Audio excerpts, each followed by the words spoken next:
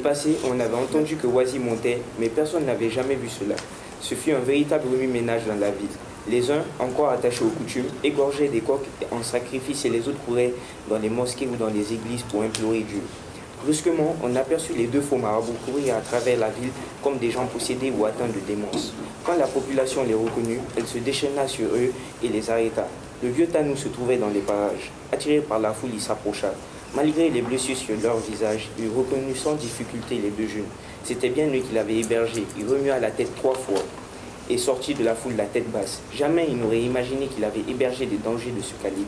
Sans dire mot, il accéléra le pas. Il savait maintenant pourquoi Wazi avait encerclé la ville cette nuit. Alors, le livre que j'ai lu, moi, c'est Les faux marabouts de Bernard P.V. Beavogui.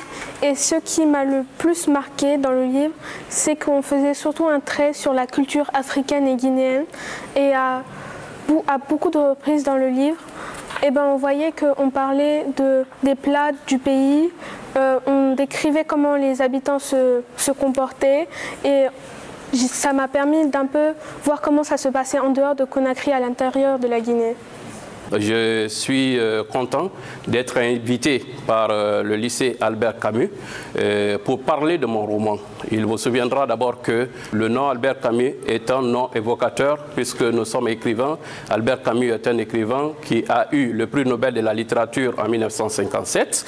Donc pour nous déjà, c'est une fierté d'être dans un lycée qui porte le nom d'un écrivain. J'ai expliqué un peu le livre Les faux marabouts qui est mon œuvre, mais aussi j'ai été très content de voir que les enfants se sont suffisamment intéressés au livre Les faux marabouts et je pense que ça m'aide encore à produire plus. Je suis déjà à 10 livres, j'avais voulu arrêter, mais je pense que cela me donne encore le goût de continuer. Ce que j'ai vu ici, non seulement en tant que directeur général du Centre de lecture publique, ça m'aide à beaucoup plus aider les bibliothèques à l'intérieur du pays, puisque nous sommes aussi les tutelles et les responsables de ces bibliothèques de lecture publique à l'intérieur du pays, à organiser de telles rencontres entre auteurs et élèves. Je pense que cette belle animation pourra aider les livres et les auteurs, mais pourra aussi donner le goût de la lecture.